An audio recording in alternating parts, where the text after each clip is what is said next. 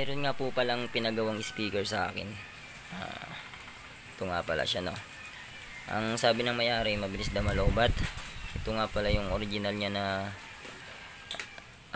battery. Ang alam ko na sa mga 800 milliamp lang ito, milliamp hour. So sabi ko wala akong extra na battery, buti na lang meron siyang dalang battery. Ito, sabi niya malaki daw yung capacity nito. Sabi ko yung capacity niya na yan, yung 6800 milliamp hour, ay hindi legit, fake lang yan. Siguro nasa 1000 milliamp hour lang ang isa nito. Pero sabi ko okay na rin to, total dalawa naman, iparallel ko na lang siya para medyo tumaas yung capacity. At ayan na nga.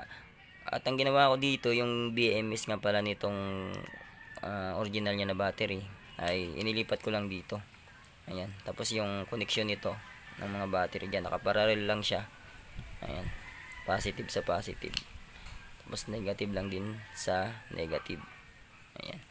So dito nga pala ay hindi ko na pinakita yung kung paano ko siyang hininang. Pero meron naman tayong susundan. Ayan. At meron lang medyo hindi tama dito sa mga sign na susundan natin. Ayan. Dapat ito B- at saka P-. Ayan. Dito kasi sa kabila puro B+ at saka P+. So kung mapapansin nyo, yung B- na yan papunta lang din sa negative ng battery. Tapos itong B+ naman papunta lang din sa positive ng battery. At yung charging naman niya at discharging ay dito lang din sa P- at saka P+. Ito, huwag nyo napansinin yung plus na yan kasi P- dapat yan. So yung P-, ibig sabihin yan yung power negative niya. Tapos yung P+ ay yung red wire. Ito naman yung power positive. So sana hindi ka naguluhan. Ayan. Ito mali lang yung pagkalagay ng sign, dapat negative to eh. Kasi dito puro positive na yan.